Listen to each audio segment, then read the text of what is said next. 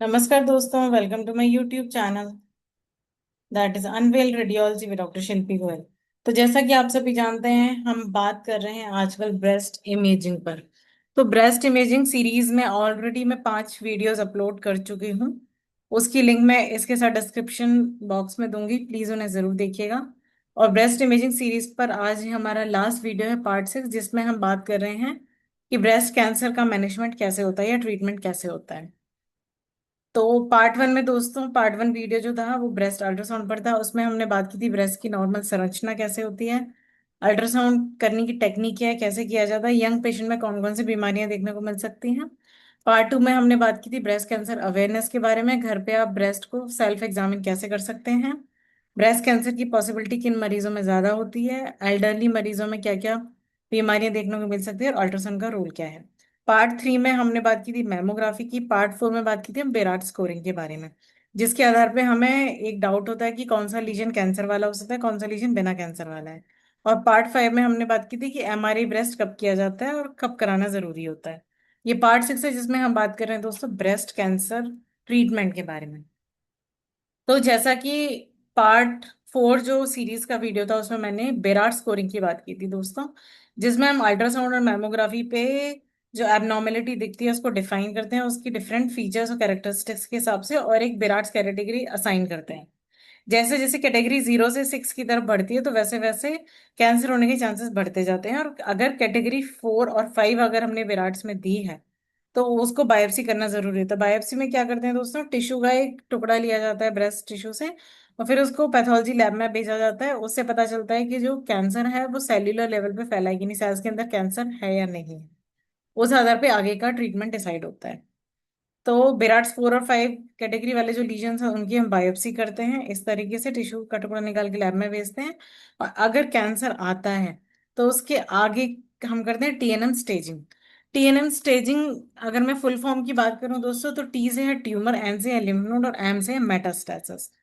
Tumour में basically हम ये देखते हैं कि ट्यूमर का साइज क्या है, एन में हम देखते हैं लिम्फ नोड्स, और एम में देखते हैं ट्यूमर ब्रेस्ट के अलावा कहाँ कहाँ फैला हुआ है। टीएनएम स्टेजिंग इसलिए करना जरूरी होता है दोस्तों क्योंकि इस हिसाब से आगे का ट्रीटमेंट डिसाइड होता है कि सर्जरी करनी है पहले, या पहले कीमोथेरेपी देनी है या रेडियोथेरेपी देनी है। क्योंकि जैसे जैसे ट्यूमर का साइज बढ़ेगा और वो फैलेगा वैसे वैसे हमें ट्रीटमेंट मोडालिटी चेंज करनी पड़ेगी उसी हिसाब से। जैसे इसमें 4 स्टेजेस होती हैं, T1, T2, T3 और T4। T1 में जो ट्यूमर का साइज है वो <2 सेंटीमीटर है, T2 में 2 से 5 सेंटीमीटर के बीच में, 5 सेंटीमीटर से छोटा है, T3 मतलब मोर देन 5 सेंटीमीटर है ट्यूमर का साइज, और T4 में ट्यूमर या तो चेस्ट वॉल में फैल गया है या स्किन में फैल गया है, और इन्फ्लेमेटरी कैंसर भी हो सकता है। अब लिम्फ नोड्स की बात करते हैं। N1 में दोस्तों 1 to 3 एक्सिलरी नोड्स आते हैं और इंटरनल मेमोरी नोड्स आते हैं, लेकिन internal memory nodes clinically detect नहीं होते हैं। N2 में जाते हैं तो अब इंटरनली मेमोरी नोड्स भी क्लिनिकली डिटेक्ट हो जाते हैं एक्सिलरी के साथ साथ, और मोर देन 3 एक्सिलरी नोड्स होते हैं। N1 में 1 to 3 एक्सिलरी नोड्स होते हैं। तो इस तरह से आपने टीएनएम स्टेजिंग कर दी, और टीएनएम स्टेजिंग के हिसाब से आप ट्यूमर को डिफाइन कर देते हो 3 तरह से। वो डक्टल कार्सिनोमा इन सीटू हो सकता है, जो डक्ट्स तक लिमिटेड होता है, ये ब्रेस्ट पैरेन्काइमा में पूरा इन्फिल्ट्रेट नहीं किया है अभी तक इसने, डक्ट्स तक ही लिमिटेड है। तो लिम्फेटिक्स नेगेटिव आता है, लिम्फेटिक्स आगे कैंसर को फैला नहीं सकते। तो ये स्टेज होती है ductal carcinoma in situ. Second वाला कैंसर है लोकलाइज ब्रेस्ट कैंसर, जो T1 से T2 स्टेज तक है, मतलब ट्यूमर का साइज <5 सेंटीमीटर है अभी, और लिम्फ नोड्स का स्टेटस है N0 to N1। और तीसरा होता है लोको रीजनल एडवांस कैंसर, जो थोड़ा फैल गया है। टीएनएम स्टेजिंग से पता चल रहा है जो T3 है मतलब 5 सेंटीमीटर से ज्यादा है ट्यूमर का साइज, या T4 मतलब चेस्ट वॉल या स्किन में फैल गया है, और लिम्फ नोड N2 या N3 का स्टेटस है लिम्फ नोड्स का। तो ये हमने 3 में इसलिए डिवाइड किया क्योंकि ट्रीटमेंट इस अलग अलग होगा, डीसीआईएस का अलग होगा, लोकलाइज का अलग अलग होगा, और लोकल रीजन का अलग होगा। और ट्रीटमेंट ऑप्शंस क्या है हमारे पास, नियो एडजुवेंट कीमोथेरेपी, सर्जरी, और एडजुवेंट थेरेपी। नियो एडजुवेंट का मतलब होता है दोस्तों जो सर्जरी से पहले दी जाती है। ठीक है, ये ट्रीटमेंट ऑप्शंस है। अब हम बात करेंगे, जो मैंने 3 टाइप के कैंसर बताए थे, तीनों के लिए अलग अलग ट्रीटमेंट है। सबसे पहले डक्टल कार्सिनोमा इन सीटू, क्योंकि ये सिर्फ डक्ट्स तक लिमिटेड है, ब्रेस्ट पैरेन्काइमा में नहीं फैला है। तो जब सेंटिनल नोड आप देखते हो, लिम्फ नोड का स्टेटस आप चेक करते हो, वो नेगेटिव आता है, तो आप डीसीआईएस के हिसाब से ट्रीटमेंट कर सकते हो। अगर lymph node central lymph node biopsy में लिम्फ नोड पॉजिटिव आता है तो उसका मतलब ये इन सीटू नहीं है, अब इन्वेजिव कार्सिनोमा बन गया, ट्रीटमेंट अलग होगा। तो आपने वैक्यूम असिस्टेड बायोप्सी करी, उसमें पता चला डक्टल कार्सिनोमा इन सीटू है, तो उसमें आप ब्रेस्ट कंजर्वेटिव थेरेपी कर सकते हो। ब्रेस्ट कंजर्वेटिव थेरेपी का मतलब है दोस्तों, सिर्फ आपने ट्यूमर निकाल दिया, बाकी ब्रेस्ट आपने एज इट इज रहने दिया, और साथ में आपने रेडियोथेरेपी दे दी। इसके अलावा अगर ब्रेस्ट कंजर्वेटिव थेरेपी ना पॉसिबल हो तो पूरा ब्रेस्ट भी निकालना पड़ सकता है, जिसको हम कहते हैं मेस्टेक्टमी। ठीक है, आप ब्रेस्ट कंजर्वेटिव थेरेपी अगर आपने की तो उसके बाद देखते हैं, अगर ट्यूमर मार्जिन पॉजिटिव नहीं है, मार्जिन्स पे भी कैंसर नहीं फैला हुआ है, तो कुछ नहीं करना है। अगर फैला हुआ है तो रेडियोथेरेपी या री रिसेक्शन करने की जरूरत पड़ सकती है, डिपेंडिंग अपॉन सिचुएशन। ठीक है, तो डीसीएस के लिए मोस्टली हम ब्रेस्ट कंजर्वेटिव थेरेपी ही कर देते हैं। अब बात आती है लोकलाइज ब्रेस्ट कैंसर, जो ट्यूमर T1 to T2 है, N0 to N1 lymph node status है, मतलब लिम्फ नोड 0 to 1 है, और ट्यूमर का साइज <5 cm है। उसके लिए आप बायोप्सी करते हो, बायोप्सी में इन्वेजिव कैंसर आता है तो दो ऑप्शन है, पहले आप न्यू एडजुवेंट थेरेपी दे सकते हो, उसके बाद आप सर्जरी कर सकते हो, या फिर डायरेक्टली अगर सर्जरी करनी पॉसिबल है तो आप ब्रेस्ट कंजर्वेटिव थेरेपी करते हो, जिसमें आप ट्यूमर को निकाल देते हो, ब्रेस्ट को छोड़ते हो, या फिर पूरा ब्रेस्ट निकालने की जरूरत होती है मैस्टेक्टमी से। और इसके अलावा लिम्फ नोड बायोप्सी भी, अगर एफएनए में लिम्फ नोड नेगेटिव है सेंटिनल नोड करते हो, लिम्फ नोड पॉजिटिव है तो पैट सीटी करते हो। अगर 4 से ज्यादा लिम्फ नोड पॉजिटिव आ रहे हैं तो आपको न्यू एडजुवेंट कीमोथेरेपी देनी ही देनी है। ठीक है दोस्तों, अब बात करते हैं लोको रीजनल एडवांस कैंसर, जो ट्यूमर 5 cm से ज्यादा है। T3 मतलब, T4 मतलब चेस्ट वॉल या इसके अंदर फैला हुआ T4, लिम्फ नोड का स्टेटस है N2 to N3। तो इसमें क्या करना है, सबसे पहले क्लिप लगा देते हैं ट्यूमर के अंदर एक हम क्लिप, ये जनरली रेडियो डेंस क्लिप होती है। उसके बाद हम देते हैं नियो एडजुवेंट कीमोथेरेपी। जब आप कीमोथेरेपी दे रहे हो पेशेंट को, तो आप फॉलो अप करते हो कि ट्यूमर का साइज कितना श्रिंक हुआ है। मान लीजिए पहले 10 cm का ट्यूमर था, अब जैसे जैसे आपने क्लिप लगाई है तो आपको पता चलता जाएगा। अगर आप क्लिप नहीं लगाओगे तो पता ही नहीं चलेगा कि ट्यूमर कहाँ था। तो आपने क्लिप उस एरिया में डाल दी, तो जब आपने कीमोथेरेपी दी, ट्यूमर का साइज धीरे धीरे श्रिंक होगा, कम होगा, तो आपको पता चलता जाएगा, क्योंकि आपने क्लिप डाली हुई है वहां पे, कि पहले 10 cm का था, अब 6 का रह गया, अब 8 का रह गया, उस तरह से। और फिर उसके बाद न्यू एडजुवेंट कीमोथेरेपी से क्या होगा कि ट्यूमर का साइज हो जाएगा छोटा, और आप इजीली सर्जरी में ट्यूमर को निकाल सकते हो, फिर आप कर दो सर्जरी। कई बार इतना छोटा साइज भी हो जाता है कि आप ब्रेस्ट कंजर्वेटिव थेरेपी भी लोकल रीजन में कर सकते हो। अब ट्रीटमेंट मोडालिटीज की बात कर लेते हैं, जो मैंने तीन बताए थे आपको, नियो एडजुवेंट कीमोथेरेपी, सर्जरी और एडजुवेंट थेरेपी। नियो एडजुवेंट जैसे मैंने बताया दोस्तों, सर्जरी के पहले की जाती है। इसमें जनरली केमिकल्स देते हैं हम, हार्मोनल थेरेपी, ट्रांसटोजोमेब, इस तरह से आईवी सेट के थ्रू चलती है। मरीज आता है, भर्ती होता है, इसके पहले कुछ ब्लड काउंट्स देखना जरूरी होता है, मरीज का बेसलाइन LFT KFT और CBC करना जरूरी होता है। तो स्टेज 2 स्टेज 3 ब्रेस्ट कैंसर में अभी कर सकते हो, मतलब लोको रीजनल कैंसर जो N2 या N3 स्टेज पर है, या फिर T3 T4 पर है। इससे एडवांटेज ये होता है कि तो ट्यूमर का साइज घट जाता है, जिससे इजीली आप सर्जरी कर सकते हो। दूसरा, इससे ये फायदा होता है कि जब आप कीमोथेरेपी दे रहे हो तो उसके बाद, क्योंकि मैंने बताया था हम क्लिप डाल देते हैं ट्यूमर के अंदर, तो धीरे धीरे ट्यूमर का साइज, अगर पेशेंट आपकी कीमोथेरेपी को रिस्पॉन्स दे रहा है तो धीरे धीरे ट्यूमर का साइज कम होने लगेगा। तो इससे आप जो जिस टाइप की कीमोथेरेपी देनी है वो एडजस्ट कर सकते हो, क्योंकि मॉनिटर करना पॉसिबल होता है रिस्पॉन्स को। तो ये दो एडवांटेजेस न्यू एडजुवेंट कीमोथेरेपी के होते हैं। उसके बाद न्यू एडजुवेंट कीमोथेरेपी करने के आपने ट्यूमर का साइज कम कर दिया, अब बात आ गई सर्जरी की।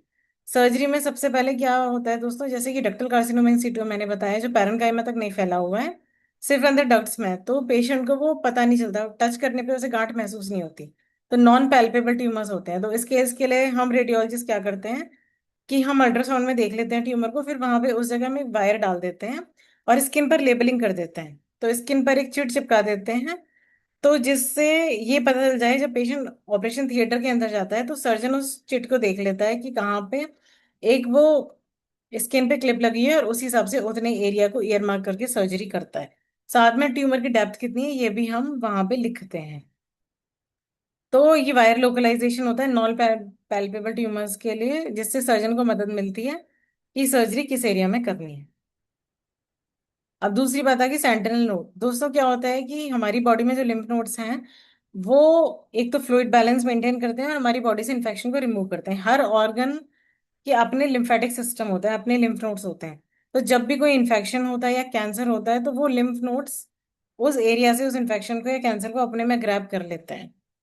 तो सेंटिनल नोड का पर्पस ये होता है ये पहचानना कि लिम्फ नोड्स में इन्फेक्शन या कैंसर फैला है या नहीं। तो इसमें हम क्या करते हैं, हम एक डाई इंजेक्ट करते हैं ब्रेस्ट पेरेन्काइमा के अंदर। तो ब्रेस्ट पेरेन्काइमा से जो पहला लिम्फ नोड होता है, जो ड्रेन कर रहा होता है कैंसर को, तो कैंसर सेल्स वहां चली जाती हैं और उस एरिया में आपको अपटेक शो हो जाता है। तो सेंटिनल नोड पॉजिटिव आ गया, ये हमें पता चल जाता है। तो इसका मतलब लिम्फ नोड्स को भी निकालने की जरूरत है सर्जरी के दौरान। और इसका इंपॉर्टेंट इंडिकेशन है जब आपको अल्ट्रासाउंड में लिम्फ नोड्स इन्वॉल्व ना मिले, क्योंकि अगर लिम्फ नोड्स इन्वॉल्व मिल गए तो सेंटिनल नोड करने का पर्पज नहीं है। अब दो तरह की सर्जरी होती है, एक तो ब्रेस्ट कंजर्वेटिव सर्जरी होती है जिसमें आप ट्यूमर को निकालते हो, ब्रेस्ट को छोड़ देते हो। और दूसरा फिर ब्रेस्ट कंजर्वेटिव सर्जरी में जब आपने ट्यूमर निकाल दिया तो उसके बाद आप ट्यूमर को जांच के लिए भेजते हो हिस्टोपैथोलॉजी लैब में। अगर मार्जिन्स ट्यूमर के फ्री आ रहे हैं, कोई कैंसर सेल्स मार्जिन पे नहीं है, तो कुछ नहीं करना है। लेकिन अगर मार्जिन्स इन्वॉल्व आ रहे हैं तो आपको री एक्साइज करना है या फिर रेडियोथेरेपी भी करनी पड़ती है। अब दूसरा ऑप्शन मैंने बताया जिसमें पूरा ब्रेस्ट निकालना है, तो ये दो टाइप का होता है, मेस्टेक्टमी और modified radical mastectomy. Modified radical mastectomy में एक्सिलरी टेल और एक्सिलरी लिम्फ नोड्स भी निकाले जाते हैं, ये फर्क होता है। अब एक्सिलरी लिम्फ नोड डिसेक्शन दोस्तों, अगर आपने अल्ट्रासाउंड किया उसमें आपको लिम्फ नोड्स इन्वॉल्व मिल रहे हैं या फिर सेंटिनल नोड बायोप्सी में भी आपको लिम्फ नोड इन्वॉल्व मिल रहे हैं, तो आपको लिम्फ नोड्स भी निकालने पड़ते हैं। तीन टाइप का लेवल होता है, level 1 2 3। Level 2 pectoralis minor muscle के लेवल पर है, लेवल 1 उससे नीचे है, लेवल 3 उसके ऊपर है। अब बात आती है, ये तो बात होगी दोस्तों सर्जरी की, जिसमें हमने बात की वायर लोकलाइज कर देते हैं नॉन पैल्पेबल ट्यूमर्स में, सेंटिनल नोड देखते हैं लिम्फ नोड्स का इन्वॉल्वमेंट। ब्रेस्ट कंजर्वेटिव थेरेपी कर सकते हैं या फिर पूरा ब्रेस्ट रिमूव कर सकते हैं मेस्टेक्टमी में। और एक्सिलरी लिम्फ नोड्स भी निकालने पड़ते हैं अगर इन्वॉल्व है तो। अब तीसरा एडजुवेंट थेरेपी, मतलब सर्जरी के बाद की स्टेज है ये। अगर ट्यूमर मार्जिन्स पॉजिटिव आ रहे हैं या ट्यूमर रह गया है कहीं, या चेस्ट वॉल में ट्यूमर फैला हुआ था पहले, तो उसके लिए एडजुवेंट थेरेपी का रोल होता है। जनरली कीमोथेरेपी और रेडियोथेरेपी दोनों ऑप्शन होते हैं। रेडियोथेरेपी में दोस्तों रेडिएशन दिया जाता है, रेडिएशन से क्या होता है, कैंसर सेल्स मर जाती हैं। तो अब इसमें रेडियोथेरेपी जो आप ब्रेस्ट टिश्यू को भी दे सकते हो, चेस्ट वॉल को भी दे सकते हो। तो फॉर एग्जांपल अगर आपने सिर्फ ब्रेस्ट का ट्यूमर निकाला, ब्रेस्ट छोड़ दिया, तो रिसेक्शन मार्जिन्स अगर इन्वेजिव कार्सिनोमा आ रहे हैं रिसेक्शन मार्जिन्स में, तो आपको रेडियोथेरेपी देनी है। आपने पूरा ब्रेस्ट निकाल दिया था लेकिन चेस्ट वॉल इन्वॉल्व थी, तो भी आपको T4 स्टेज में आपको रेडियोथेरेपी चेस्ट वॉल को देनी पड़ती है। और एक्जिला के केस में क्या होता है, लिम्फ नोड्स के केस में सेंटिनल नोड आपने किया, अगर माइक्रो मेटास्टेसिस है तो रेडियोथेरेपी देना है एडिशनल रिस्क फैक्टर्स के साथ। माइक्रो मेटास्टेसिस है तो रेडियोथेरेपी देना ही देना है या फिर लिम्फ नोड्स पूरे निकालने हैं। अब एडजुवेंट में कीमोथेरेपी भी आती है, तीन तरह की होती है कीमोथेरेपी, हर्सेप्टिन, हार्मोनल। कीमोथेरेपी में यूजुअली HER2 पॉजिटिव है तो देना है, हर्सेप्टिन में ट्रांसट्यूमोजुमैब देते हैं, ट्रांसट्यूजुमैब। अगर HER2 पॉजिटिव है तो हार्मोनल तब देने जब ईस्ट्रोजन रिसेप्टर है, प्रोजेस्टेरोन रिसेप्टर पॉजिटिव है। तो एडजुवेंट में तीनों दोनों ऑप्शन है, रेडियोथेरेपी और कीमोथेरेपी। तो एडिशनल इमेजिंग करने की जरूरत कब पड़ती है दोस्तों, जैसे मैंने बताया, आपने पहले मेमोग्राफी की, मेमोग्राफी में लीजन मिला, अल्ट्रासाउंड किया उसमें लीजन मिला, फिर आपने बायोप्सी करी उसमें पता चल गया कैंसर है। फिर अब आगे एडिशनल इमेजिंग पैट सीटी। पैट सीटी का इंपॉर्टेंट रोल तब होता है दोस्तों जब लोको रीजनल स्प्रेड है डिजीज का, मतलब ट्यूमर 5 सेंटीमीटर से ज्यादा बड़ा है, चेस्ट वॉल में फैला हुआ है, स्किन में फैला हुआ है, इसका मतलब वो ट्यूमर लिवर में, लंग्स में कहीं और, बोन्स में कहीं और भी हो सकता है कैंसर सेल्स मेटास्टेसाइज कर गई हो। तो पैट सीटी में आप रेडियो एक्टिव ट्रेसर इंजेक्ट करते हो पेशेंट में, फिर उसका एक सीटी स्कैन खींच लेते हो। तो इसमें जहाँ पे आपको दिख रहे हैं ब्राइट स्पॉट्स ना, तो ये ब्रेस्ट का ट्यूमर है, तो यहाँ पे इसके अलावा आपको हार्ट में भी फोकस दिख रहा है और ये लंग्स में भी दिख रहा है कि लंग्स में भी मेटास्टेसिस है, लंग्स में भी फैला हुआ है ट्यूमर। तो पैट सीटी से ये पता चल जाता है कि बॉडी में कहाँ कहाँ फैला हुआ है, उसके हिसाब से आप रेडियोथेरेपी प्लान करते हो या कीमो देते हो। दूसरा ऑप्शन एमआरआई का। एमआरआई दोस्तों जो डक्टल कार्सिनोमा इंस्टीट्यूट में क्या होता है, कई बार थोड़ा सा इन्वेसिव कंपोनेंट होता है, तो उसको देखने के लिए एमआरआई, कॉन्ट्रास्ट एमआरआई बहुत इंपॉर्टेंट है। और कई बार कॉन्ट्रालेटरल ब्रेस्ट, मतलब अगर लेफ्ट ब्रेस्ट में कैंसर आया है तो हो सकता है राइट ब्रेस्ट में भी कुछ फोकाई चले गए हैं, तो ये देखने के लिए, या फिर मल्टीपल फोकस सेम ब्रेस्ट में हो सकता है, ये देखने के लिए कॉन्ट्रास्ट एनएस एमआरआई बहुत इंपॉर्टेंट रोल प्ले करता है। तो दोस्तों ये बात थी हमारी ब्रेस्ट इमेजिंग सीरीज की, हमने 6 वीडियोस कंप्लीट किए हैं, सबकी लिंक मैं डिस्क्रिप्शन बॉक्स में दूंगी। इसमें हमने बात की ब्रेस्ट अल्ट्रासाउंड की, lesions in young and elderly, breast cancer awareness के बारे में, घर पे रह के ब्रेस्ट को सेल्फ एग्जामिन कैसे करें, किन मरीजों में ज्यादा रिस्क है ब्रेस्ट कैंसर का, मैमोग्राफी की बात की, बिराट स्कोरिंग की बात की जिससे हमें आइडिया लगता है कौन सा लीजन कैंसरस हो सकता है, एमआई ब्रेस्ट के बारे में बात की, और आज की वीडियो में हमने बात की मैनेजमेंट ऑफ ब्रेस्ट कैंसर के बारे में। प्लीज चैनल को लाइक शेयर एंड सब्सक्राइब कीजिए और अपना प्यार दीजिए दोस्तों। थैंक यू दोस्तों।